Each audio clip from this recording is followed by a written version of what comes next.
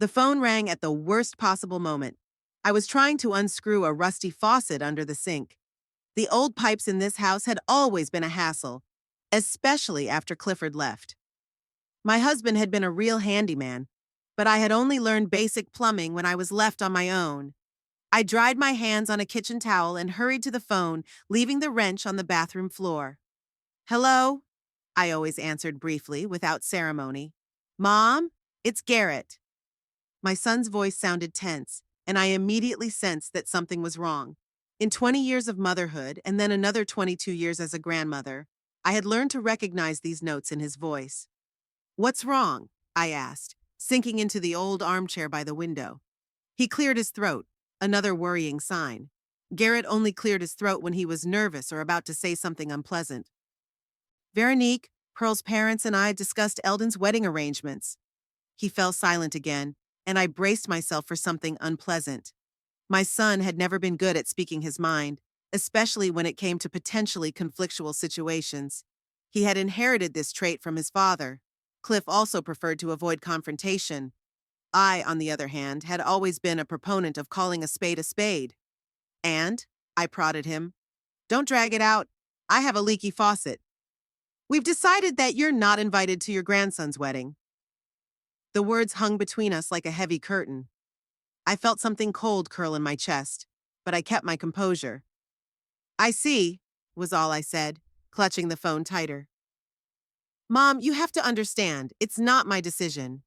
Veronica and Pearl's parents feel that after what happened at Christmas. I understand. In fact, I understood much more than Garrett wanted to say. It wasn't just a reaction to what happened. It was the culmination of many years of tension between Veronique and me, which had begun even before my son's wedding. I remembered our first serious conflict as if it were yesterday. Garrett had brought Veronique to Belmont for the weekend to introduce her to me and Clifford. She was a beautiful, well-groomed girl with a law degree and career ambitions. I immediately noticed how she looked appraisingly at our modest home, the old furniture, and even at me, an aging nurse with wrinkles from constant night shifts and hands that had never known a manicure salon. During dinner, she casually remarked that Garrett could find a better job in the big city instead of burying his potential at a provincial construction company. I replied that not everyone measures success by zeros in their paycheck and prestigious business cards. Cliff squeezed my hand under the table, our secret signal to slow down, Audrey. But I didn't slow down. And that was only the first of many such moments. Mom? Are you there? Garrett's voice brought me back to the present. Yes, I'm here, I replied. Just thinking. I tried to talk them out of it, but Veronica thinks you're deliberately trying to ruin the holiday. She says you never approved of their relationship with Pearl. There was some truth to that. Pearl, like her future mother-in-law, seemed overly concerned with the trappings of success. Eldon, on the other hand, had always been a simple guy, like his grandfather. Honest, straightforward, handy, and kind-hearted. He had chosen a career in emergency services against his parents' wishes, who wanted to see him in a suit at some corporation.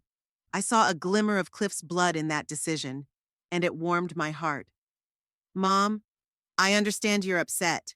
I'm not upset, Garrett, I interrupted him. I'm just taking note.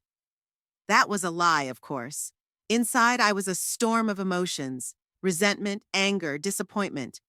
But over my many years as a nurse in the emergency room, I had learned to keep my emotions in check. That ability only grew stronger after Clifford's death 3 years ago. I didn't cry at his funeral. I didn't sob over his belongings as I packed them into boxes. I just became more abrupt, more straightforward, more lonely, I guess. Without Cliff to smooth out my rough edges, I became a rough stone that constantly bumped into other people with my roughness. I'm sorry, Mom, I really am. I could almost see him standing there in his neat house with the white fence, twirling his wedding ring on his finger. Another habit that betrayed his nervousness. Veronica was probably nearby, maybe even listening to our conversation. Don't apologize, Garrett. It's your son's family's decision, and I respect it. I felt the bitterness of my own words. Eldon had always been special to me. My first grandson, so much like Clifford, not only in appearance but also in character. The boy who would sit with me for hours in the garage, helping me fix the old lawnmower or sorting through boxes of his grandfather's tools, who listened to my stories about working at the hospital when others rolled their eyes at my medical horror stories. Now he was getting married, and I wouldn't be there on his big day. Are you really not angry? Garrett's voice sounded incredulous. I didn't say I wasn't angry, I replied honestly. I said I respected your decision. There was a pause. I could hear the TV playing in the background, probably another cooking show, which Veronica loved so much. Okay, he finally said. I'm glad you understand. But I didn't understand. I didn't understand how my own son could allow me to be excluded from such an important family event. I didn't understand why my grandson, with whom I had always had a special bond, didn't stand up for me. I didn't understand how it had come to this. The wedding is in 3 weeks, Garrett added, at Lakeview Gardens. I knew the place, a fancy restaurant overlooking the lake on the outskirts of Belmont. It wasn't surprising that they had chosen it. Veronique had always been drawn to ostentatious luxury. Thanks for letting me know, I said dryly. Now I have to get back to my sink. Sure, Mom, I'll call you next week. We both knew he wouldn't call. After conversations like this, Garrett usually avoided me for weeks, sometimes months. Goodbye, son. I hung up and sat for a few minutes, staring out the window at my small garden. The flower beds needed weeding, the hedge needed trimming. Cliff had always kept up the garden, and now I often forgot about these chores. The pain of the news was sharp but strangely detached. It was as if it had happened to someone else and I was watching from the sidelines. Perhaps it was a defensive reaction developed over years of working with seriously ill patients. Or perhaps it was the result of the emptiness I felt after my husband's death. I got up and slowly returned to the bathroom where the faucet was still dripping. Mechanically, I picked up the wrench, remembering how Cliff had taught me to use tools. Don't push, Audrey, turn it slowly, I thought I heard him say. Cliff always said that there was no problem that couldn't be solved with the right tool and a little ingenuity. Even if it seems hopelessly broken, there's always a way to fix it, he liked to say. And then it dawned on me. I wasn't going to sit around crying because I hadn't been invited to my grandson's wedding. I wasn't going to beg my son or Veronica to change their minds. I wasn't going to call Eldon and make a scene. I was going to find my tool and fix the situation my way. A plan began to form in my head, something that would show them all that I wasn't just some hurt old woman who could be pushed aside. Something that would remind Eldon of our special bond. Something that would surprise them all and maybe make them reconsider their opinion of me. No, I wasn't going to crash the wedding or do something petty and undignified. I had something much more unexpected in mind. With my new goal in mind, I quickly finished with the sink, washed my hands, and headed for my old secretary. Taking out a notebook and pen, I began to make a list of what I would need for my plan. I might not be at Eldon's wedding, but I certainly wouldn't be forgotten and unnoticed. Garrett, Veronica, and especially my dear grandson, they would all find out that old Audrey Marsh wasn't so easy to give up on. We'll see who's in for a shock in a week, I thought, resolutely writing down the first item on my list. When I woke up the next morning, the first thing I remembered was yesterday's phone call. The hurt I had buried deep inside resurfaced, but I resolutely pushed it aside. I had been through a lot of turmoil in my life and had learned not to waste energy on empty emotions. I had to take action. I sat on the bed, staring at the empty half where Cliff used to sleep. Sometimes I still woke up in the middle of the night, reaching out to touch him, and each time I was hit with the realization that he was gone. Today, I especially missed his wise advice. What would you do, you old grump? I asked my invisible companion, as I had done so often over the past 3 years. Getting out of bed, I went to the kitchen to make my usual breakfast: oatmeal with apple and a cup of strong tea. I sat down at the table and opened the notebook where I had hastily jotted down my thoughts yesterday. There was only one word. Surprise. No specific idea, no plan. Just a determination to do something that would make them all change their opinion of me. Stirring the oatmeal, I went over everything I knew about my grandson in my mind. Eldon had always been a special child. Quiet, thoughtful, but with an inner fire that burned brightly when it came to his passions. As a child, he collected model fire trucks, then became fascinated with engines, And at 16, he began asking his parents to let him buy a motorcycle.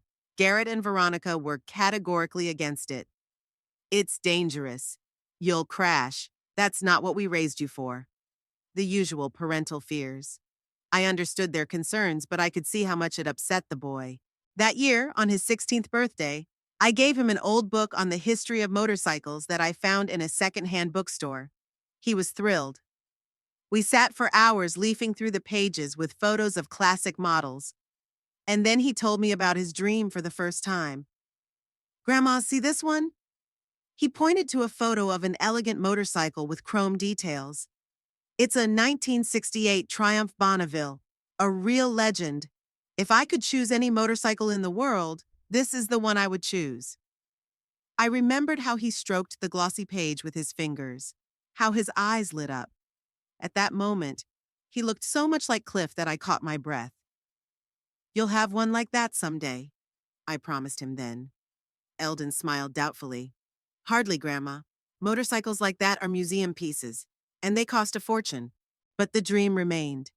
Even when he went to college and then to the rescue academy, on the rare occasions we saw each other, we still talked about classic motorcycles. And every time the Triumph Bonneville remained his favorite. I pushed my empty plate aside and took a sip of tea. This was it. That was what I could do. Give Eldon his dream, the motorcycle he had been dreaming about since he was a teenager. It would be the perfect wedding gift, showing the depth of my love for my grandson, and perhaps making everyone reconsider their decision not to invite me to the wedding. But where would I find a rare 1968 Triumph Bonneville? And more importantly, how could I afford such a purchase on my modest nurse's pension? I reached for the phone and dialed a number I knew by heart, even though I hadn't called it in months. "Hello?" came a hoarse voice on the other end. "Lennox? It's Audrey." Lennox Pryor was a longtime friend of Clifford's, and after he died, he became my friend too.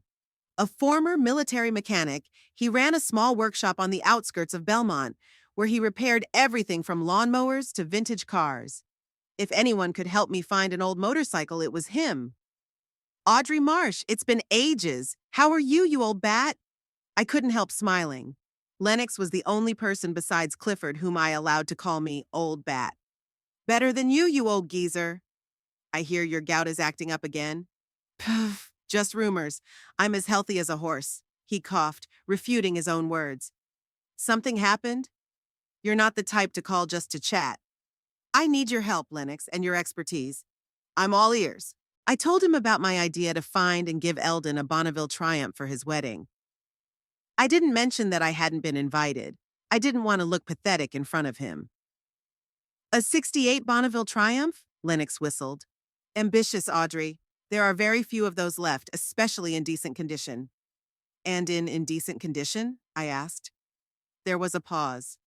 "Well, actually," he drawled, "Murdoch has an old Triumph in his junkyard. I'm not sure of the model or year, but it's definitely something from the 60s. My heart began to beat faster. Murdoch's junkyard, the one behind the railroad tracks. That's the one. Murdoch collects old motorcycles and cars. Most of them are just scrap metal, but sometimes you find real treasures. We could go take a look." "Today?" I asked, unable to hide my excitement. Lennox laughed. "You haven't changed, Audrey. Still as persistent as ever. Okay, I'll pick you up in an hour." Exactly 1 hour later, Lennox was always punctual, a military habit. His beat-up pickup truck pulled up outside my house. I was already waiting on the porch, dressed in old jeans and Cliff's flannel shirt, which I often wore for gardening. "Get in," he waved. "It's a long drive." Murdoch's junkyard was 15 miles from Belmont, on the outskirts of a neighboring town. Lennon and I chatted all the way there about this and that. His bad back, my overgrown garden, the new sheriff who was finally cracking down on the local teenagers who had taken to spray painting municipal buildings. Finally, the pickup turned off the main road onto a dirt track, and ahead we saw a tall gate with a sign that read, "Murdoch's Auto Wrecking, Private Property." "Wait here," Lennox said, getting out of the car. "I'll talk to Murdoch first. He's a real son of a bitch when it comes to business." I nodded and stayed in the cab, watching Lennox disappear behind the gate. Through the truck window, I surveyed the junkyard, rows of rusty cars, mountains of spare parts, old tires. The place looked abandoned and a little sinister.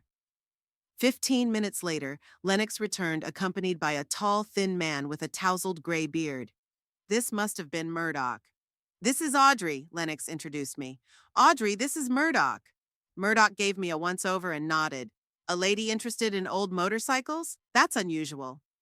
"A lady interested specifically in a 1968 Triumph Bonneville," I replied, getting out of the car and holding out my hand. Murdoch shook it, and I felt the strength in his sinewy fingers. "Lennox says you might have one," I added. "Maybe," Murdoch replied evasively. "Let's go and see." We followed him deeper into the junkyard, winding our way between rows of mangled metal. Finally, he stopped near a small shed. "This is where I keep my special items," he said, unlocking a padlock. "Not everything in my junkyard is junk, you know."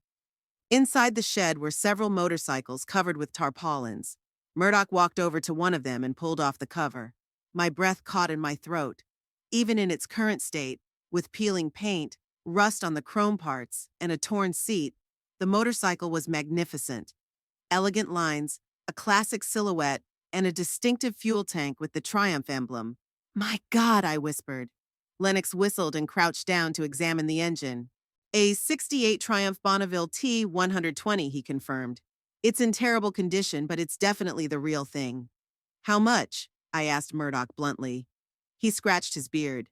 "It's not for sale." "Everything's for sale," I objected. "Name your price."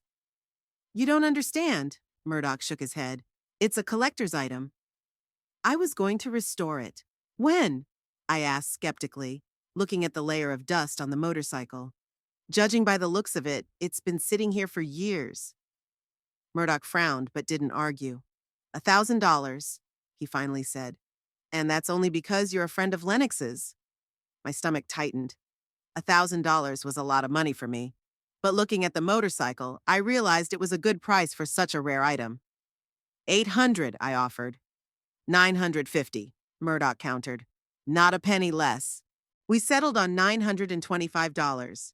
That meant I would have to withdraw almost all of my savings, which I had set aside for a rainy day. But looking at the motorcycle, I felt it was worth it. "When can you pick it up?" Murdoch asked, shaking my hand to seal the deal. I glanced at Lennox. "Today," he replied for me. "I'll bring the trailer after lunch." On the way back to Belmont, I felt a strange excitement that I hadn't felt in a very long time. The plan was starting to take shape. I had a motorcycle, or what was left of it, and 2.5 weeks until Eldon's wedding. "Lennox," I said to my friend as we pulled up to my house, "will you help me fix it up?" He glanced at me quickly. "Are you serious? Audrey, that motorcycle is in terrible shape. It'll take weeks of work and a lot of money for parts." "I have 2.5 weeks and—" I quickly calculated in my head how much savings I had left after buying the motorcycle. "About $300 for parts." Lennox shook his head. "That's not enough, and you know it." "We'll figure something out," I said stubbornly. "We can use parts from other motorcycles, save money somewhere. The main thing is that it looks decent and starts up." "Audrey, this isn't fixing a bathroom faucet," Lennox sighed. "This is a major restoration. I'm not sure we can do it in such a short time and on such a budget." I turned to him, feeling the same stubbornness that had once driven me to fight for the lives of patients in the emergency room, even when others had given up, boiling up inside me. "Lennox Pryor, are you going to help me or not?" He looked at me for a long time, then sighed heavily. "Damn it, Audrey. Of course I'll help. When have I ever refused you?" I smiled, feeling relieved. "Thanks, old man." "Don't thank me yet, you old hag," he grumbled, but I could see the smile in the corners of his eyes. "We've got a lot of work to do." When I got home, I immediately sat down at the old computer Cliff had bought shortly before his death. I wasn't very tech-savvy, but I had learned how to use a search engine and email. I spent the next 2 hours researching everything I could find about the 1968 Bonneville T220, technical specifications, restoration features, potential problems. I made a list of necessary parts and a rough estimate of the costs. The result was disappointing. Even with the most modest estimates, we needed at least $700 to $800 just for basic parts, not to mention paint, chrome, and other cosmetic details. I closed my laptop and stared out the window. A light rain was falling outside, reflecting my mood. Maybe the idea was really too ambitious for my capabilities. My gaze fell on an old photo on the wall, me, Cliff, and little Eldon on a fishing trip. The boy was about 8 years old, proudly holding his first catch, a small perch. His face was beaming with happiness. I remembered how Eldon had called me after he was accepted into the rescue academy, how nervous he was before his first shift, how he told me about his first rescue operation. I had always been more than just a grandmother to him. I was his friend and ally. And now some family squabble was depriving me of the opportunity to be there for him on one of the most important days of his life. No, I couldn't just give up like that. There had to be a way to solve the financial problem. I opened my closet and took out an old tin box where I kept some valuable items.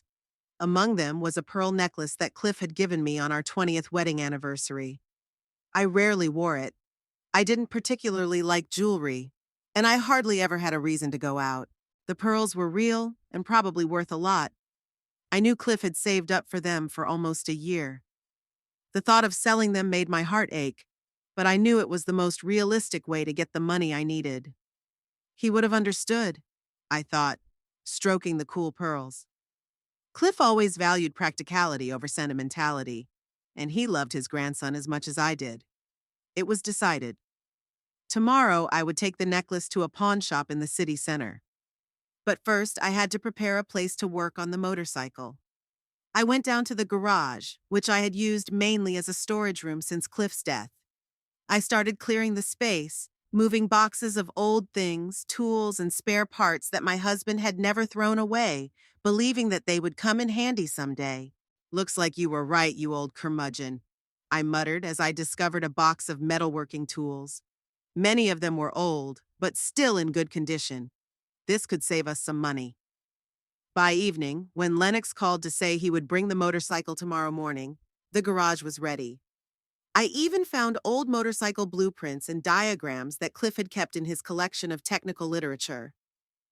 Lying in bed that night, I felt strangely excited. For the first time in a long time, I had a goal, a real challenge. It was almost like the old days in the hospital when a difficult patient came in, and everyone said there was little chance. But I stubbornly fought to the end. I knew it was a risky venture. Money was tight and time was even tighter. My knowledge of mechanics was limited to the basic skills Cliff had taught me. But now I had Lennox, and we both had stubbornness and determination. "We'll do it," I promised myself as I fell asleep. "We'll give Eldon his dream." The next few days flew by in a whirlwind of activity I hadn't experienced in years. Lennox brought the motorcycle early in the morning and we got to work right away. First, we took it apart completely to assess the condition of every part. The situation turned out to be both better and worse than we had expected. "The engine is in better shape than I thought," Lennox said, examining the inside of the motor. "Murdoch kept it in a dry place. Otherwise, the corrosion would have been much worse." "What about the transmission?" I asked, wiping my hands on a rag. After a few hours of work, they were already covered in a layer of machine oil and rust. Lennox shook his head. "That's where it's bad. We'll have to replace the clutch and possibly the gearbox." I nodded, mentally calculating the costs. The pearl necklace I had taken to the pawn shop yesterday had brought in $650. Less than I had hoped, but still a significant amount. "We'll manage," I said confidently. "What do we need to order first?" Lennox made a list of the most essential parts, and I immediately placed an order online at a specialized website he recommended. While we waited for the delivery, we cleaned and prepared the frame and other surviving parts.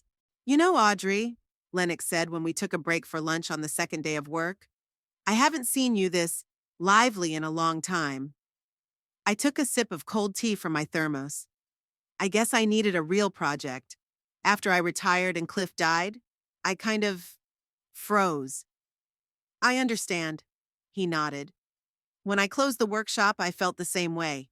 People need a purpose." I looked at the partially dismantled motorcycle standing in the middle of the garage. My purpose is to see Eldon's face when he gets this motorcycle. What about his parents' faces? Lennox asked slyly.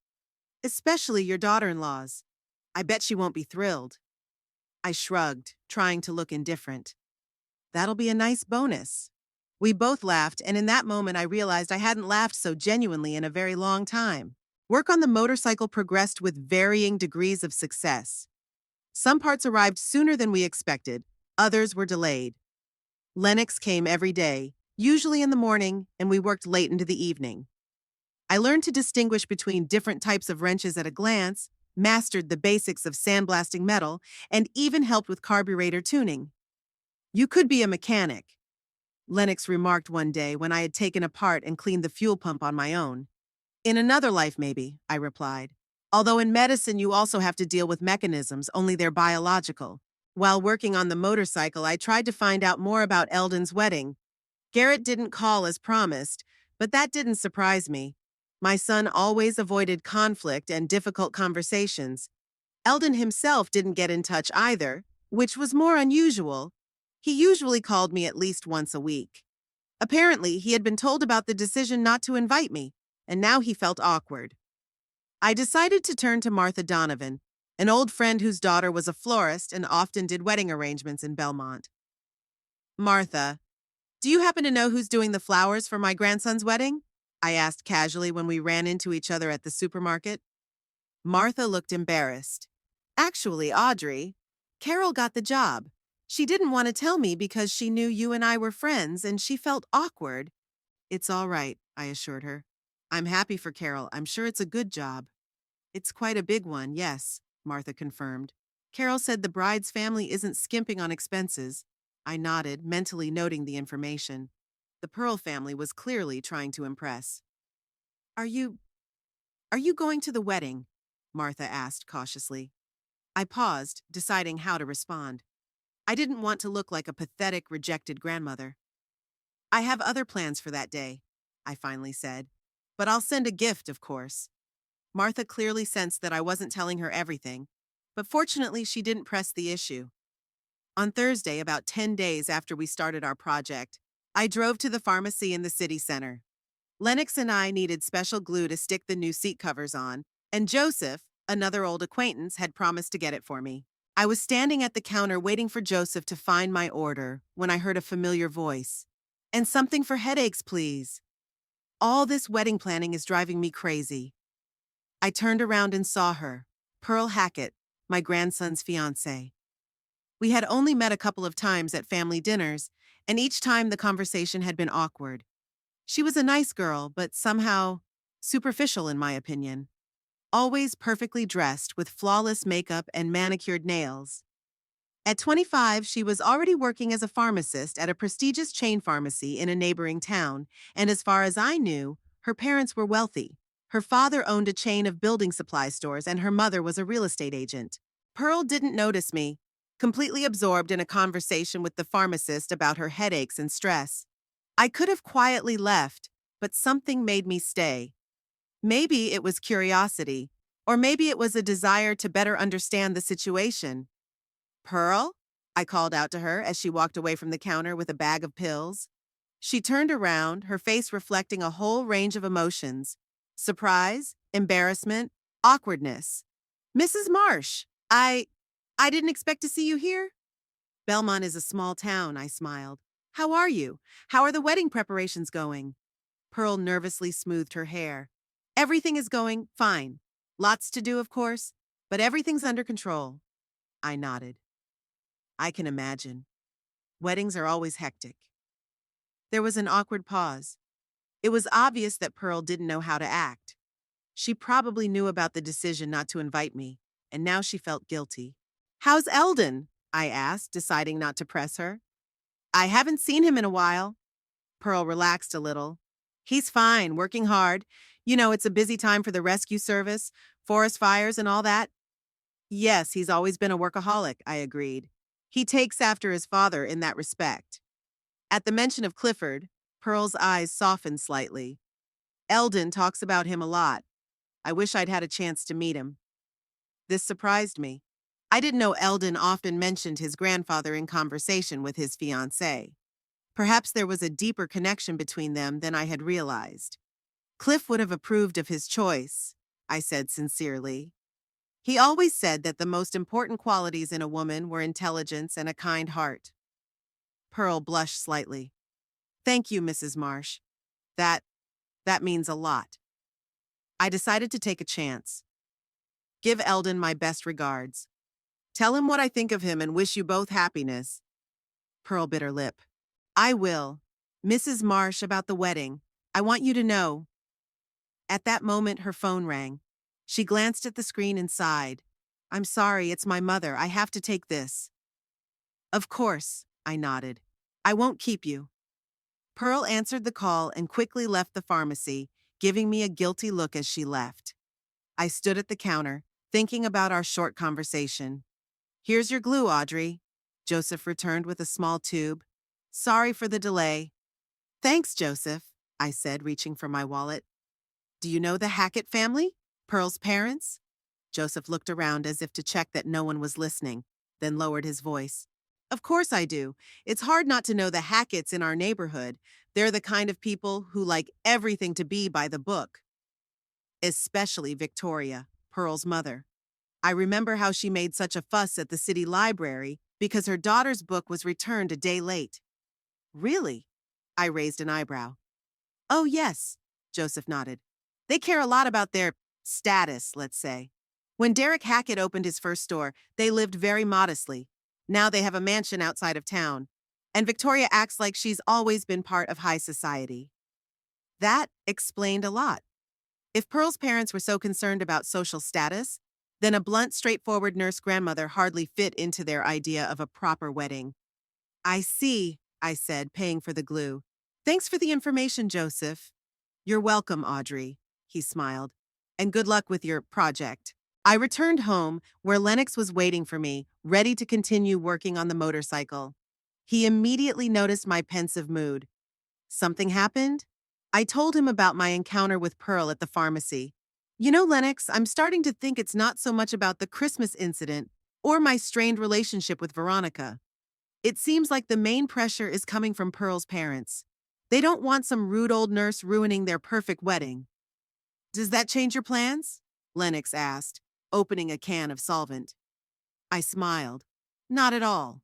On the contrary, now I want to finish this motorcycle even more and see the look on the Hackett's faces when their future son-in-law receives a vintage Triumph from that very same uninvited grandmother. Lennox grinned. That's my Audrey, always ready for battle. We returned to work with renewed enthusiasm. By this point, the engine had been almost completely restored, the transmission replaced, and the frame cleaned of rust and prepared for painting. There was still a lot of work to do.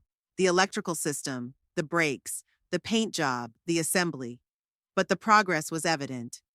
That evening, after Lennox left, I sat in the living room looking through old photo albums. I found a picture of Eldon, about 17 years old, standing next to Cliff in our garage. They were both smiling, dirty and happy. They had just finished repairing my husband's old Ford. I remembered how Eldon had come to see me after Cliff died. He spent a whole week with me, helping me sort through my husband's things, repairing the leaky roof, and trimming the overgrown garden. All the things his grandfather used to do. Grandma, I'll always be here for you, he said then. Just give me a call. And he really did always come when I called. He helped with the housework, or just stopped by for a chat or a cup of tea. Until last year when his relationship with Pearl became serious and his visits became less frequent. I didn't blame him. Youth has its priorities. But now, thinking about our conversation with Pearl, I began to realize that perhaps the reason wasn't that Eldon had forgotten about me or stopped caring. Most likely, he was simply caught between two worlds, the world of his fiancée with her ambitious parents and the world of his family with its history and traditions. How often had I found myself in a similar situation when I was younger? Trying to please everyone, you end up pleasing no one. I wonder if Eldon knows about the decision not to invite me. Did he approve of it?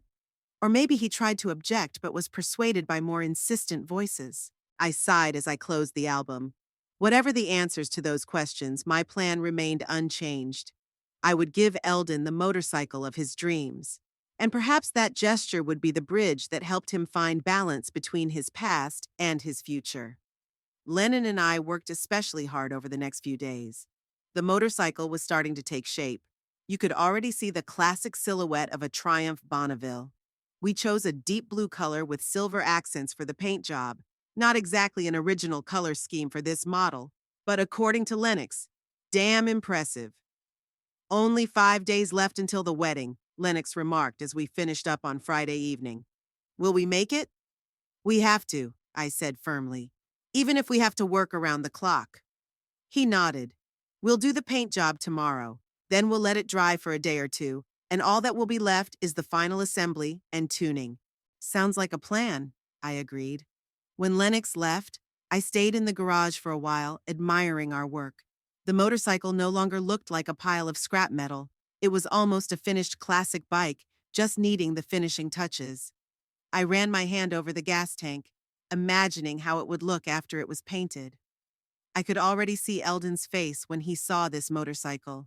His dream come true. We're almost done, Cliff, I said quietly to the empty garage. I wish you were here. You would have loved it. That night, I lay awake for a long time thinking about the upcoming wedding, about Eldon, about Pearl and her family. I remembered our brief encounter at the pharmacy and how she had wanted to tell me something about the wedding before her phone rang. Maybe she wanted to apologize or explain the situation, or maybe it was just a formal expression of regret that meant nothing. I rolled over onto my other side, trying to find a comfortable position. Whatever her intentions were, it didn't matter anymore. My plan was in motion, and soon everyone would see the result. With that thought, I finally fell asleep, and I dreamed of Cliff sitting on his shiny blue motorcycle, smiling at me with his familiar, slightly crooked smile. The next morning, Lennox and I began the painting process. He insisted on doing it in his old garage, where there was better ventilation and less dust. Painting is an art, Audrey, he said seriously. One speck of dust, and it's ruined. I didn't argue. During our time working together, I had learned to trust his experience when it came to motorcycles. We carefully loaded the prepared parts into his pickup truck and drove to his garage on the outskirts of town. There, Lennox turned into a true artist, methodically applying layer after layer to achieve the perfect finish. I helped as best I could, handing him tools, holding parts, and monitoring the temperature in the room. By evening, most of the work was done, and the motorcycle parts, now painted a deep blue, were laid out on tables and shelves to dry. It looks amazing, I said, admiring the result. Of course, Lennox replied proudly. When we're done, this Triumph will look better than new. We agreed to meet in 2 days for the final assembly, when the paint was completely dry. That left us 2 days before the wedding, cutting it close, but doable. On my way home, I stopped at the supermarket for groceries and unexpectedly ran into Martha. She looked embarrassed when she saw me. Audrey, I was just about to call you. What's wrong? I asked, noticing her unusual behavior. Martha looked around as if afraid someone was listening. Didn't you hear? Eldon and Pearl's wedding has been postponed. It's now in 3 days. My heart skipped a beat. What? Why? Something to do with Eldon's work, Martha shrugged. Carol is in a panic. She had to change all the flower arrangements, and the restaurant isn't happy either. 3 days. That meant we only had 2 days to finish the motorcycle. An almost impossible task, considering that the paint needed time to dry completely. Thanks for letting me know, Martha, I said, trying to sound calm and not betray my anxiety. I have to go. As soon as I got in the car, I dialed Lennox's number. We have a problem, I said as soon as he answered. The wedding has been moved up. It's in 3 days. There was a pause. Holy shit, Lennox finally exhaled. That complicates things. Can we make it? I asked bluntly. I don't know, Audrey. The paint needs at least 48 hours at our temperature. Then there's the assembly, the tuning. But it's possible? I insisted. Lennox sighed. Theoretically, yes. Practically, we'll have to work nonstop and pray that nothing goes wrong. Then that's what we'll do, I said decisively. I'll come over tomorrow morning and we'll start assembling as soon as possible. Okay, he agreed. Bring coffee. Lots of coffee. I hung up and gripped the steering wheel tightly. Changing the wedding date was an unexpected obstacle, but I wasn't going to give up. Not after everything we'd already done. Driving past Lakeview Gardens, I noticed a flurry of activity. Obviously, the restaurant staff was also rearranging their plans for the new date. Veronique's familiar silver Lexus was in the parking lot. I slowed down, wondering if I should stop and ask my daughter-in-law what was going on, but I quickly dismissed the idea. Veronique was the last person I wanted to discuss the wedding with, especially now. Instead, I drove home, mentally going over everything we still had to do with the motorcycle and figuring out how to fit it all into such a short time frame. We'll manage, I told myself as I parked outside my house. We have to. The next morning started at 4 o'clock for me. I couldn't sleep, knowing how little time we had left. I made strong coffee, packed sandwiches for the day, and by 5:30 I was at Lennox's garage door. He didn't open right away, sleepy and rumpled. God, Audrey, are you crazy? The sun isn't even up yet. We don't have much time, I said, handing him the thermos of coffee. Drink up and wake up. We need to check how dry the paint is. Lennox took the thermos, took a sip, and grimaced. Strong as tar, but it works. Come on in. The garage was dimly lit, with faint light filtering through the small windows near the ceiling. Lennox turned on the lights and I saw our motorcycle, or rather its disassembled parts, still laid out to dry. Let's check it out, Lennox said, carefully touching the gas tank. The surface isn't sticky anymore, but the paint isn't completely dry yet. Ideally, it needs at least another 12 hours. We don't have 12 hours, I objected. The wedding is the day after tomorrow. We need to assemble the motorcycle today and make sure it works, and then deliver it tomorrow. Lennox scratched the back of his head. We could risk starting the assembly tonight. If we're very careful, we won't damage the paint. But rushing something like this, I know, I interrupted. But we don't have a choice. We decided that we'd spend the day getting all the other parts ready, and then in the evening, when the paint has dried a little more, we'll start the final assembly. Lennox worked on the electrical system, the wires, headlights, and signals. I polished the chrome parts that didn't need to be painted. We both worked silently, knowing that the success of the entire project depended on our concentration. By noon, Lennox had finished the electrical work and started on the brake system. I finished polishing and started helping him. You know, Audrey, he said, tightening the bolts on the brake cylinder. I never asked you why you weren't invited to your grandson's wedding. What happened that Christmas? I sighed, remembering that evening. Nothing much, really. We were all at Garrett and Veronica's house. Pearl brought her parents. Everything was fine until Victoria Hackett started talking about how they sent Pearl to private school, and then to a prestigious college, and how important the right education is for success in life. Lennox snorted. I can imagine how much you enjoyed that. I would have kept quiet, really. But then she looked at Eldon and said something like, Of course not everyone chooses the academic path. Some are better suited to practical work. And she patted his hand condescendingly. And Eldon? He smiled and said nothing. He tries to avoid conflict in general, like Garrett, like Cliff. But not like you, Lennox grinned. Not like me, I agreed. I said that a practical work, as she put it, saves lives, while many with the right education just shuffle papers around, and that Eldon had chosen a noble profession to be proud of, not apologize for. And then what happened?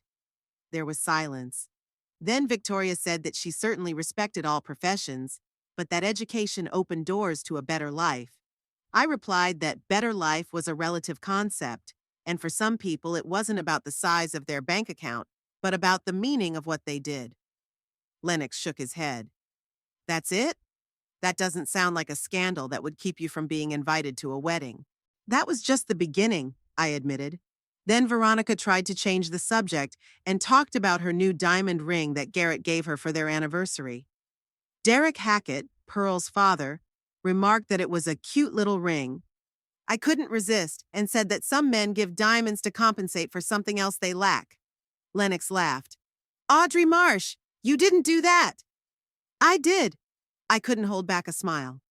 Veronica almost choked on her turkey. Victoria turned pale. Derek blushed. And Pearl, she just got up and left the room. And Eldon? My smile faded. He looked at me as if I had betrayed him. Then he followed Pearl. They returned half an hour later, but the evening was hopelessly ruined. The Hackett family left soon after. I haven't seen them since, until I ran into Pearl at the pharmacy. Lennox shook his head. You sure know how to throw a party, I'll give you that. I was wrong, I admitted. I shouldn't have ruined the evening with my barbs. It's just that snobbery, that arrogance. It's always bothered me. Because you achieved everything you have on your own, Lennox remarked, without private schools or rich parents. I nodded. Probably, but that's no excuse. I should have kept my mouth shut, especially for Eldon's sake. And that's why you're trying so hard with this motorcycle? To make up for it? I thought for a moment. Not only that, I want Eldon to know that no matter what, I'm always on his side. And I want everyone else to know that too. Lennox smiled. Then let's make this motorcycle perfect. We returned to work with renewed energy. By evening, as the sun began to set, Lennox announced that it was time to begin the final assembly. The paint isn't perfect yet, he warned, but if we're careful, everything should be fine. The assembly was the most difficult part of the whole process. Every detail had to be in its place. Every bolt had to be tightened with the right amount of force. The slightest mistake could result in the motorcycle simply not starting, or worse, starting but being unsafe to ride. We worked slowly and methodically. I handed him the parts and Lennox installed them, periodically consulting the technical diagrams we had printed out at the beginning of the project. Pass me the 14mm socket wrench, Lennox asked as he installed the exhaust system. I handed him the tool, feeling my back ache from standing in an awkward position for so long. Maybe we should take a break, I suggested. It's almost 10 o'clock. Lennox shook his head. No time, Audrey. If we stop now, we'll have to start all over again tomorrow. Let's get it to a certain point first. He was right, of course. We continued working, and by midnight, the basic structure of the motorcycle was assembled. It looked almost finished, a shiny blue beauty with chrome accents, a real Bonneville Triumph at its best. That's enough for today, Lennox finally said, wiping his hands with a rag. Tomorrow we'll install the last few parts and see if it starts. I nodded, feeling a wave of fatigue wash over me. Thanks, Lennox. I could never have done it without you. Don't thank me yet, he smiled. We're not done yet. The next morning I was back at his garage early, though not as early as the day before. Lennox was already working, installing the seat and handlebars. Good morning, he greeted me. How did you sleep? Not very well, I admitted. I kept thinking about the motorcycle and about tomorrow. Lennox nodded. I understand, but let's finish the job first. By noon, the motorcycle was completely assembled. It stood in the middle of the garage, gleaming in the sunlight streaming through the windows. A true work of art. Ready for the moment of truth?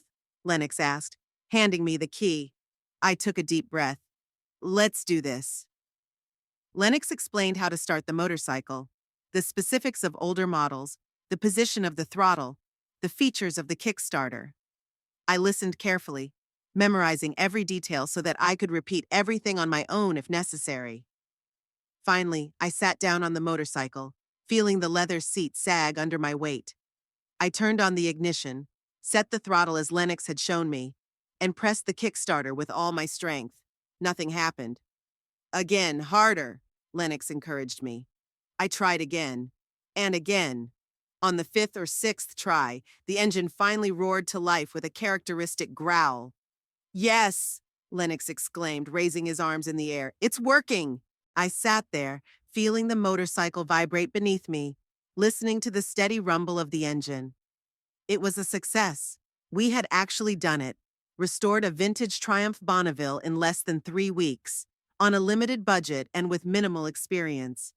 We did it, I echoed my thoughts aloud. We really did it. Not just did it, Lennox said proudly. We built a damn beautiful motorcycle. Eldon is going to be thrilled. I turned off the engine and climbed off the bike. Tears welled up in my eyes, from exhaustion, from relief, from pride in our work. Thank you, Lennox. Really, thank you. He waved his hand dismissively. It's nothing. I haven't had this much fun in a long time, and... He paused. I think Cliff would have been proud. I nodded, not trusting my voice. Yes, Cliff would have been proud. He had always loved creating things with his hands, and he loved his grandson. This project combined both. So, what's the plan for tomorrow? Lennox asked, breaking the emotional moment, for which I was grateful. I found out that the ceremony is scheduled for 2 o'clock in the afternoon, I said. The newlyweds are spending the night before the wedding at River Lodge, a small hotel near Lakeview Gardens. I'm thinking of taking the motorcycle there in the morning before all the commotion starts. Good plan, Lennox nodded. I'll help you load it onto the trailer and take it there. Thanks, but from now on I want to do this myself, I said firmly. This has to be my gesture, my gift. Lennox smiled understandingly. As you say, Audrey. But if you need me, just give me a call. We spent the rest of the day making final preparations, adjusting the carburetor for a smoother ride, polishing all the chrome parts to a shine, and checking the tire pressure. I wrote a short note to Eldon, which I plan to attach to the motorcycle. Dear Eldon, I remember your dream. May it always be with you, as is my love, Grandma Audrey. Simple and sincere, without unnecessary words or explanations. As the sun began to set, we finished our final preparations. The motorcycle was ready, flawless, gleaming, as if it had just rolled off the assembly line in 1968. It's perfect, I said, admiring our work. I agree, Lennox nodded. The best restoration I've ever done. And believe me, I've seen a lot. We loaded the motorcycle onto Lennox's trailer, secured it with safety straps, and covered it with a tarp. I'll pick it up tomorrow at 7 and take it to River Lodge, I said. Hopefully I'll be there before Eldon and Pearl get up. Call me when you get there, Lennox asked. I'll be waiting for news. I hugged him, feeling a gratitude that was difficult to put into words. I'll be sure to call. When I got home, I found my neighbor Doris Fletcher waiting for me on the porch. Doris was a typical representative of the nosy neighbor category, always up on the latest gossip, always ready to share news. Audrey, I've been waiting for you for an hour, she exclaimed as soon as I got out of the car. Hello, Doris, I smiled wearily. Is something wrong? Haven't you heard? She lowered her voice to a dramatic whisper. Tomorrow's wedding. It's all anyone can talk about. I tensed up. What about her? Veronique is hysterical, Doris reported with obvious pleasure. The florist is sick and no one can replace her, and Victoria Hackett insists that the wedding must be perfect. I heard they even thought about postponing the ceremony, but everyone has already arrived, and the hotel is booked, and… Doris, I interrupted her. How do you know all this? She smiled smugly. My niece works at Lakeview Gardens. She saw everything with her own eyes. I nodded, mentally noting that tomorrow at River Lodge might be more hectic than I had anticipated. Thanks for the information, Doris. I'm very tired and would like to rest. Of course, she clapped her hands. Just think, such an important day, and such problems. It's a good thing you don't have to deal with it since you weren't invited. She added the last sentence with a special intonation, clearly hoping for a reaction from me. But I just shrugged. Yes, I'm lucky. Good night, Doris. I entered the house, leaving my neighbor a little disappointed by the lack of drama. Inside, I sank onto the sofa, feeling the fatigue of the last few weeks wash over me. Everything was ready for tomorrow. The motorcycle was repaired, the delivery plan was made. All that was left to do was wait. And now, with no tasks requiring immediate attention, doubts and fears began to creep into my mind. What if Eldon wasn't happy with the motorcycle? What if Pearl or her parents saw it as an attempt to ruin the wedding? What if Garrett and Veronica got even angrier? I remembered Eldon's expression at that Christmas dinner, disappointment mixed with hurt. What if I saw the same expression tomorrow? No, I said firmly to myself. Eldon loves motorcycles. It's his dream. He'll be thrilled. But the worm of doubt had already settled in my heart, poisoning the joy of a completed project. I got up and went to the window, looking at the starry sky. Somewhere out there, Eldon might also be awake, thinking about tomorrow, about his wedding, about the future, about his new family. And I thought about the past, about the little boy who could spend hours looking at a book about motorcycles, about the teenager who dreamed of freedom and speed, about the young man who chose to become a lifeguard against his parents' wishes. I hoped that my gift would become a bridge between his past and his future, a reminder that some dreams are worth holding on to, even when life changes. With that thought, I finally went to bed, knowing that tomorrow would be an important day. The day when I would find out if this whole project was an act of love or just another mistake on my part, another instance of my character and stubbornness creating problems for those I love. I tossed and turned in bed for a long time, running through different scenarios for tomorrow in my head. I saw Eldon's face, smiling, then disappointed. I imagined the reactions of Pearl, the Hacketts, Garrett, and Veronica. At one point, I even thought about giving up the whole thing. Just leave the motorcycle at Lennox's and give it to his grandson later, in less dramatic circumstances. But something inside me, the same stubbornness that sometimes caused problems and sometimes helped solve them, told me that I had to see it through, that it was important not only for Eldon, but for me as well. In the end, exhaustion got the better of me, and I fell into a restless sleep. I dreamed of Cliff sitting on the Triumph Bonneville, saying something I couldn't make out. I tried to get closer to hear him, but he kept moving away, and the motorcycle grew smaller and smaller on the horizon. I woke up to the alarm clock at 5:30 a.m., feeling unrested but determined. Today was the day everyone would find out that old Audrey Marsh wasn't so easy to give up on, and that she was not only capable of ruining holidays with her sharp tongue, but also of creating real miracles with her own hands. I quickly got ready, drank a cup of strong coffee, and left the house. The morning air was fresh, and the sky was beginning to lighten in the east. Perfect wedding weather, I thought as I got into the car. When I pulled up to Lennox's garage, he was already waiting for me, standing next to the trailer where our masterpiece was hidden under a tarp. "Ready?" he asked with a smile.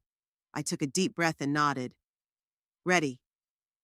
Lennox helped me hook the trailer to my car, checked the fastenings one more time, and shook my hand.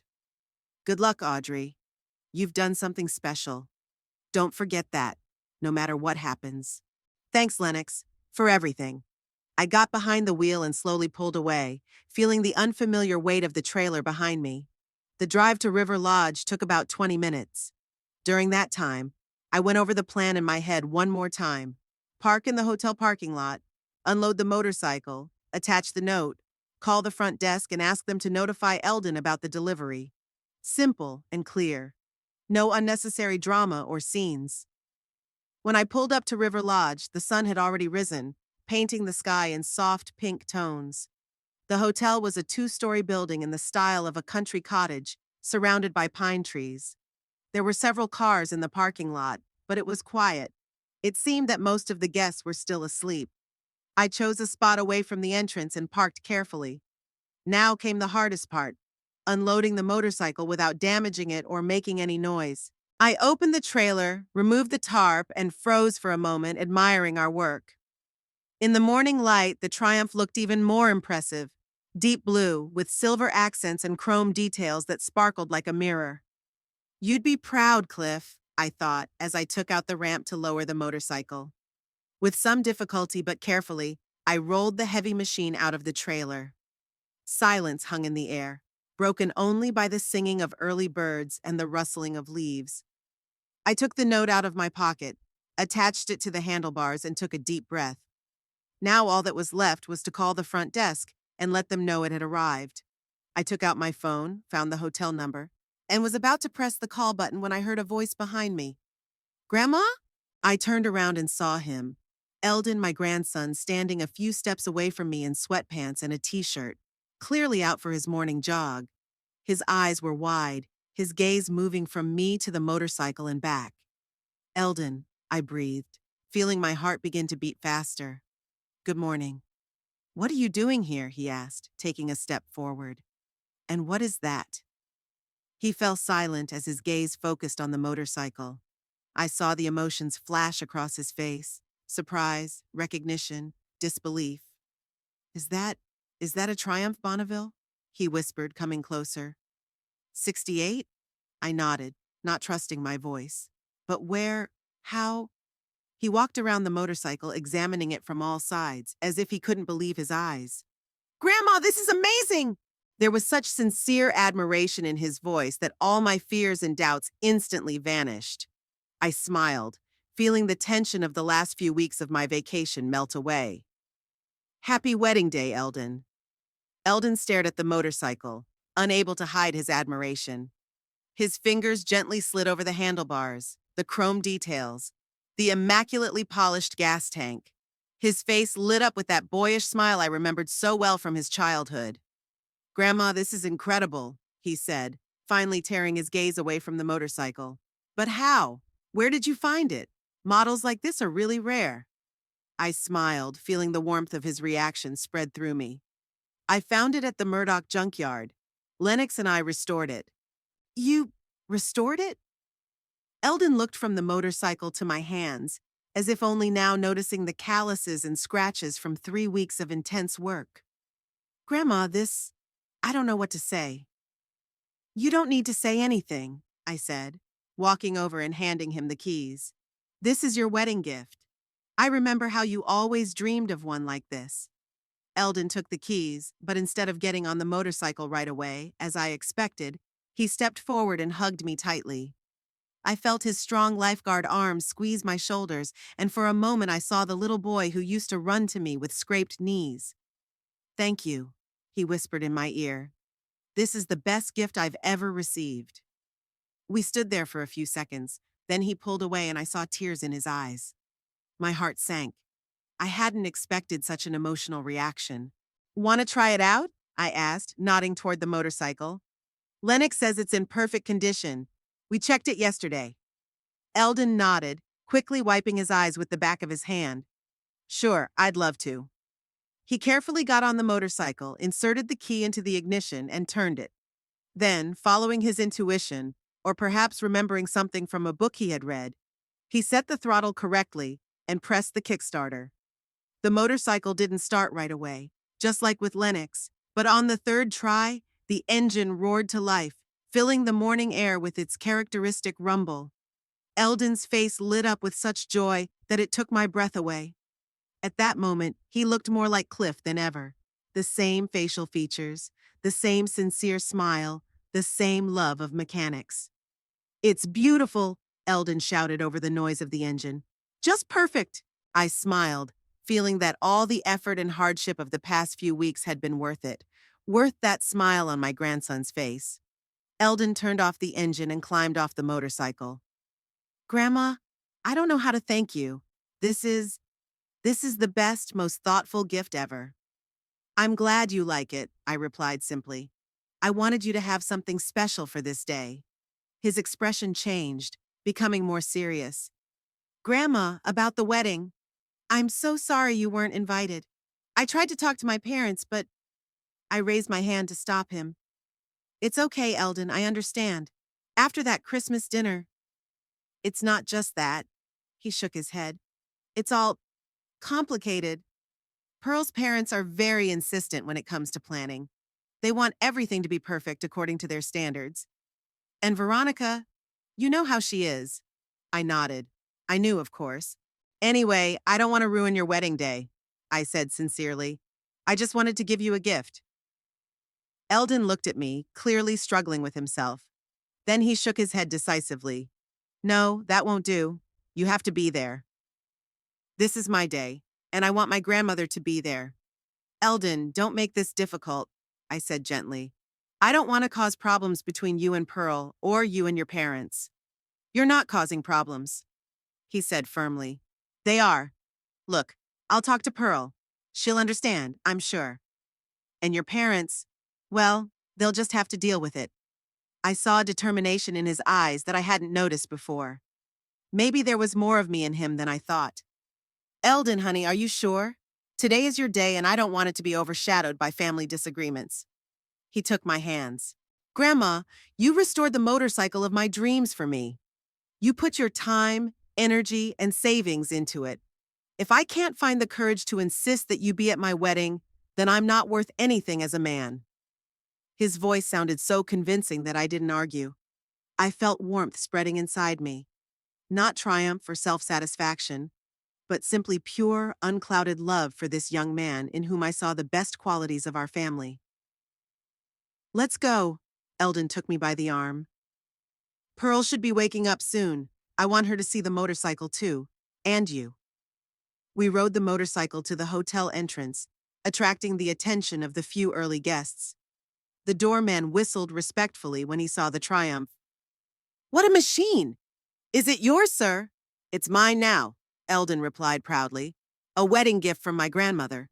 The doorman looked at me, and his eyes filled with new respect. You're a great grandmother, ma'am. I smiled. I try. We left the motorcycle at the entrance under the watchful eye of the impressed doorman and entered the hotel. The lobby was quiet, with only a sleepy receptionist behind the desk. Good morning, Mr. Marsh, he greeted Eldon. Early jog? Yes, and a very good one, Eldon smiled. Tell me, is my fiancée awake yet? I'm not sure, sir, but her parents came down about half an hour ago. They're in the restaurant having breakfast. Eldon nodded and turned to me. Grandma, let's talk to Pearl's parents first. It would be better if I explained the situation to them before they see you with Pearl. I felt a slight uneasiness.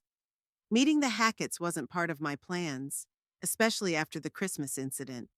But I understood Eldon's reasoning. As you say, I agreed. You know better how to deal with future in-laws.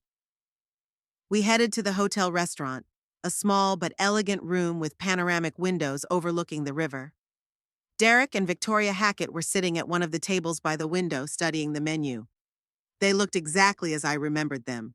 Well-groomed, expensively dressed with expressions that said, "We're better than you." Eldon squeezed my hand to let me know everything would be fine, and we approached their table. Good morning, Eldon said. The Hacketts looked up and smiled when they saw their future son-in-law. Then their eyes shifted to me, and their smiles froze. Mrs. Marsh? Victoria Hackett clearly couldn't believe her eyes. What are you doing here? My grandmother came to give me a wedding gift, Eldon replied calmly before I could open my mouth. And I invited her to stay for the ceremony. There was a tense silence. Derek Hackett frowned. Eldon, we discussed this. A decision was made. No one considered my opinion when that decision was made, Eldon interrupted firmly. Today is my day, and it's Pearl's day, and I want my grandmother to be here. I had never seen my grandson so determined. He usually avoided conflict like his father and grandfather. But now there was steel in his voice. Victoria Hackett pressed her lips into a thin line. Eldon, dear, I understand how you feel, but we've already made all the arrangements. The seating is set, the menu has been agreed upon. Add another chair, Eldon said with a smile, but there was determination in his eyes. I'm sure the chef can handle an extra serving. The Hacketts exchanged glances, clearly unsure how to respond to such unexpected firmness. What will Pearl say? Victoria finally asked. And Eldon's parents? They were pretty adamant about this. I'll talk to Pearl, Eldon replied, and to my parents too. But first, I'd like you to see the gift my grandmother gave me.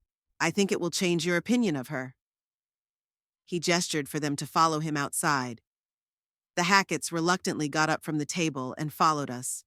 When we left the hotel and they saw the motorcycle, their reaction was interesting. Derek Hackett froze, examining the Triumph with an expert eye. Is that a real 1968 Bonneville? In this condition? Yes, Eldon replied proudly. My grandmother found it in a junkyard and restored it with her mechanic friend. Restored it? Victoria looked at me, her eyes filled with disbelief. You? I shrugged.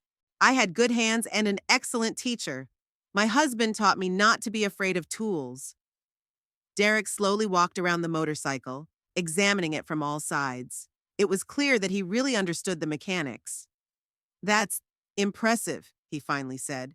A restoration like that must have cost a lot of money, and it requires real skill. Thank you, I replied modestly. It was a labor of love. Victoria looked less impressed, but her face softened when she saw how admiringly her husband was looking at the motorcycle. Eldon, are you sure it's safe? She asked anxiously. Old motorcycles like that. Lennox and I checked every detail, I assured her. It's perfectly safe. And I have all the paperwork for it, registered, insured, ready to go. Derek raised an eyebrow. You really thought of everything. At that moment, Pearl emerged from the hotel doors in a light summer dress. She stopped when she saw the unusual group at the entrance. Eldon? Mom? Dad? What's going on? Her gaze shifted to me and she visibly tensed. Mrs. Marsh? Good morning, dear. Eldon walked over to her and put his arms around her shoulders. Grandma came to give us a wedding present. Well, for me. But I wanted you to see it too. He led her to the motorcycle. Remember I told you about the Triumph Bonneville? How I've wanted one since I was a teenager? Pearl nodded slowly, her eyes sliding over the motorcycle. Yes, of course I remember. You said it was the most beautiful motorcycle ever made. My grandmother found it and restored it for me, Eldon said proudly. Isn't it amazing? Pearl looked at me and I saw a mixture of emotions in her eyes, surprise, admiration, and something else, something like guilt. That's amazing, Mrs. Marsh, she said sincerely. I know how much it means to Eldon. I smiled. Thank you, dear. And please call me Audrey. Pearl nodded, then looked at her parents as if gauging their reaction. Derek was still admiring the motorcycle, and Victoria looked pensive. Pearl, Eldon began, taking her hand. I want Grandma to be at our wedding. She has to be there. I expected objections, but Pearl surprised me. Of course she has to be there, she said firmly, especially after such a gift. Eldon, I have something to tell you. I tried to talk to my parents about inviting your grandmother a week ago, but we were too stubborn, Victoria Hackett interrupted unexpectedly, and perhaps too quick to judge you, Mrs. Marsh. I struggled to hide my surprise. That was the last thing I expected to hear from this woman. A gift like that, Victoria continued, nodding toward the motorcycle, speaks of deep affection and understanding, of a true family bond. Derek and I have always valued family ties. The last sentence sounded a little pompous, but I appreciated the attempt to mend relations. Thank you, Mrs. Hackett, I replied. I value family too, and I love my grandson very much. Victoria nodded. That's obvious, and I think you should be at the wedding, as Eldon's guest. Eldon beamed. Thank you, Mrs. Hackett. That means a lot to me. Pearl smiled too, and to my surprise, came over and hugged me. I'm glad you'll be with us, Audrey, and I'm sorry about this whole situation. I should have insisted more. I hugged her back, feeling that perhaps I hadn't been entirely fair in my initial assessment of this girl. Maybe she had more strength and character than I had given her credit for. Don't apologize, dear. It's all right. Our moment of reconciliation was interrupted by the sound of a car pulling up. A silver Lexus pulled up at the hotel entrance, and Garrett and Veronica stepped out. My son looked tired, and his wife looked tense. The final preparations for the wedding had obviously been difficult for them. They noticed our group and froze. Veronica paled when she saw me, and Garrett nervously ran his hand through his hair, his usual gesture when he didn't know how to react. Mom, he finally managed to say. What are you doing here? Before I could answer, Eldon stepped forward. Grandma brought me a wedding present, he said, pointing to the motorcycle. And she'll be at the ceremony, as my guest. Veronique opened her mouth, clearly about to object, but Garrett surprised everyone by placing his hand on her shoulder. All right, he said calmly. If that's what you want, son. Garrett, Veronique hissed indignantly. We discussed this. Yes, we did, my son said firmly. And maybe we were wrong. He walked over to the motorcycle, examining it with obvious interest. Did you do this, Mom? Did you restore it? I nodded. With Lennox's help, but yes, we did most of the work together. Garrett shook his head and a smile appeared on his face, a rare sight in recent years. That's amazing. You've always been full of surprises. He turned to Veronica, who still looked unhappy. Look at this motorcycle, honey. It's a work of art, and Mom did it for our son. Veronique reluctantly approached, examining the Triumph. Her face remained tense, but I noticed a glimmer of respect in her eyes. It's impressive, she finally said, holding back. But Audrey, that doesn't change the fact that your comments at Christmas were inappropriate and hurtful. You're right, I agreed, deciding that now was not the time for pride. I was harsh and unrestrained, and I apologize. Victoria Hackett raised an eyebrow slightly, clearly not expecting that from me. Veronica also looked surprised. Well, okay, she said after a pause. I accept your apology. It wasn't the warmest reconciliation, but it was a start. Eldon, standing next to Pearl, smiled as he looked at us. So? Derek Hackett said, breaking the awkward silence. I think we need to let the restaurant know that there will be another guest. And maybe we should think about where to park that beautiful motorcycle. It would be great if it could be at the entrance to Lakeview Gardens during the ceremony. Excellent idea, Mr. Hackett, Eldon agreed enthusiastically. Grandma, what do you think? I smiled. If you want your motorcycle to be part of the ceremony, I'm all for it. My motorcycle? Eldon shook his head with a smile. I still can't believe it. A 1968 Bonneville Triumph, my dream. I saw how Pearl looked at it with love, and at that moment I realized that maybe I hadn't been entirely fair to her. She really loved my grandson with all his dreams and passions. Well, said Victoria, glancing at her watch, we all need to get ready. The ceremony is in a few hours, and we still have a lot to do. Everyone nodded in agreement, and the group began to disperse. Eldon lingered to hug me again. Thank you, Grandma. For the motorcycle, and for just for being you. You're welcome, dear, I replied, feeling a lump in my throat. See you at the ceremony. He nodded and ran after Pearl. I stood alone at the hotel entrance next to the motorcycle that had completely changed the situation. The doorman, who had been watching the whole scene from the sidelines, approached me. What a dramatic turn of events, ma'am. You got what you wanted. I smiled. I just wanted to give my grandson his dream. Everything else is a nice bonus. The ceremony at Lakeview Gardens was just as I had imagined, elegant, meticulously planned, with an abundance of flowers and champagne. The motorcycle, as Derek Hackett had suggested, stood at the entrance, attracting the admiring glances of the guests. I sat in the back row, modestly dressed in a dark blue dress I had bought a year ago for a friend's funeral and had never worn. I didn't want to draw attention to myself. This day belonged to Eldon and Pearl. When the ceremony began and Pearl walked down the aisle on her father's arm, I couldn't help but notice how beautiful she looked in her white dress. And when Eldon, standing at the altar, turned to meet her, the look of pure happiness on his face brought tears to my eyes. They exchanged vows, and I noticed that Eldon had added a phrase about supporting the entire family, including wise grandmothers with golden hands, to his vow. This made the guests laugh and brought a smile to my tear-stained face. After the ceremony, during the reception, I stood aside, watching the happy couple and their guests. Victoria Hackett approached me with a glass of champagne. Here, she said, handing me the glass. I thought you might be lonely here in the corner. I accepted the champagne with gratitude. Thank you, Mrs. Hackett. Victoria, please, she said with a slight smile. After all, we're family now. I nodded. Victoria. And call me Audrey. We stood together, watching Eldon and Pearl dance their first dance as husband and wife. You know, Victoria said after a pause, Derek and I weren't always well off. We had a very difficult start. Maybe that's why I strive so hard for everything to be perfect, so that no one can say we're not good enough. I looked at her with new understanding. I never thought you weren't good enough, Victoria. It's just that sometimes I'm too straightforward. She smiled. And I'm too focused on outward appearances. Maybe we both have something to learn from each other.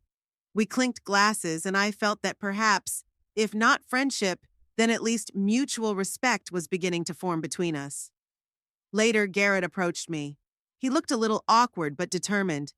Mom, I wanted to apologize for not insisting on your invitation, for letting this get so far. I shook my head. Don't apologize, Garrett. You were caught between a rock and a hard place. I understand. It doesn't matter. He looked genuinely upset. I should have shown more character. Like Eldon today. He's a good man, I agreed proudly. He's got guts. So do you, Garrett smiled. That motorcycle? That's something. I can't believe you did that yourself. Well, not entirely, I replied modestly. Lennox helped a lot. And Cliff, in a way. I used a lot of what he taught me over the years we were married. Garrett nodded, a shadow of sadness flashing in his eyes at the mention of his father. He would have been proud of you, Mom. And of Eldon, too. I know, I said quietly. He was always proud of both of you. We stood there silently, each lost in our own thoughts about Cliff. Then Garrett suddenly suggested, "Would you like to dance, Mom? Like we used to?" I raised my eyebrows in surprise. "Do you remember how we used to dance in the kitchen to the radio when you were 10? "Of course I do," he smiled. "You always put Elvis on and made me lead. You said a real man should know how to dance." I laughed. "That's right. So, shall we dance?" He held out his hand to me. I took his palm. "I'd love to, son." We stepped onto the dance floor where several couples were already spinning around. Out of the corner of my eye, I saw Eldon, dancing with Pearl, spot us, and smile broadly. He leaned over to his wife and whispered something in her ear. She turned around, saw Garrett and me, and smiled back. As I danced with my son to the melodious music, I felt the weight of the last few years begin to lift. Maybe my sharp temper will never change completely, but today I realized that there is always a way to find common ground if you try hard enough. After the dance, Eldon brought Pearl over to me. "Grandma, we wanted to tell you something." Pearl smiled shyly. "We've decided to change our honeymoon plans. Instead of flying to the Bahamas, we're going to take a road trip across the country, on a motorcycle." I couldn't hide my surprise. "On a Triumph? But it's our decision," Eldon said firmly. "Pearl has always wanted to see the real America, not just the tourist spots. And I've always dreamed of taking a long trip on a classic motorcycle. Now we have the opportunity to combine both of our desires. And we'd like to start our trip with a visit to you," Pearl added, "a week after the wedding. To show you how we're settling in with the motorcycle and just to visit you, Audrey." I was touched. "I'll be very happy to see you both. And thank you, Pearl, for understanding." She shook her head.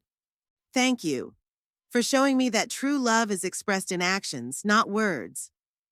I've learned a lot from you today." As they walked away, I noticed that Veronica was watching us from across the room. Her face was pensive but not hostile. When our eyes met, she nodded slightly, not in a friendly way, but with a certain respect. I nodded back, knowing that complete reconciliation with my daughter-in-law would take more time, but the first step had been taken. The evening continued, and I enjoyed every moment. I danced with Lennox, whom Eldon had invited especially after learning about his role in restoring the motorcycle. I talked to Derek Hackett about classic cars and discovered that we had much more in common than I had thought. I even exchanged cookie recipes with Victoria. It turned out she was an excellent baker, although she tried to hide it from her socialite friends. When it was time for the newlyweds to leave, all the guests lined up at the restaurant exit, forming a living corridor. Eldon and Pearl, happy and radiant, walked through it to applause and congratulations. A Triumph decorated with ribbons and flowers was waiting for them at the exit. Someone had even attached a traditional "just married" sign to the rear fender. Eldon helped Pearl into the passenger seat, handed her a helmet, a modern one with good protection. I insisted on that. Then got behind the wheel and put on his own helmet. Before lowering his visor, he caught my eye in the crowd and gave me a thumbs up. I smiled and nodded, feeling my eyes fill with tears of happiness. The motorcycle started on the first try, and its roar filled the evening air. The guests waved and threw rose petals as Eldon and Pearl slowly pulled away, then picked up speed and rode down the road, disappearing into the distance. I stood watching them until they disappeared around the bend. Lennox stopped beside me.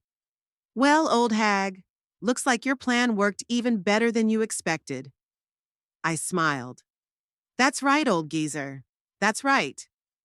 "So what now?" he asked. "What are you going to do after such a triumph?" I thought for a moment, looking at the setting sun. "You know, my garden needs some weeding. And then maybe I'll take up something new. Maybe I'll learn to play the guitar." Lennox laughed. "The guitar, at your age? Why not?" I winked at him. As the last 3 weeks have shown, nothing is impossible for me. 6 months later, my life had changed more than I could have imagined on Eldon's wedding day. My relationship with my family had improved significantly. Garrett called regularly, not just on holidays. Veronica was still a little distant, but without the previous hostility. Victoria Hackett invited me to her book club, and to my surprise, I accepted. Derek sometimes stopped by to talk about mechanics, and Lennox and I helped him restore an antique clock he had inherited from his grandfather. Eldon and Pearl kept their promise and went on their trip on the Triumph, regularly sending me photos from different parts of the country. They looked so happy in those pictures. Tanned, smiling, with their hair blowing in the wind. And recently they sent a special photo, Pearl standing next to a motorcycle with a barely noticeable round belly. On the back was written, "Grandma, you're going to be a great-grandmother soon. We hope you'll teach the baby everything you know. With love, Eldon and Pearl." I looked at that photo for a long time, feeling warmth spread through me. Life goes on, and despite all the conflicts and misunderstandings, love always finds a way to overcome obstacles. Sometimes all it takes is the right tool and a little ingenuity, as Cliff liked to say. And sometimes it takes an old motorcycle and a stubborn grandmother who isn't afraid to get her hands dirty.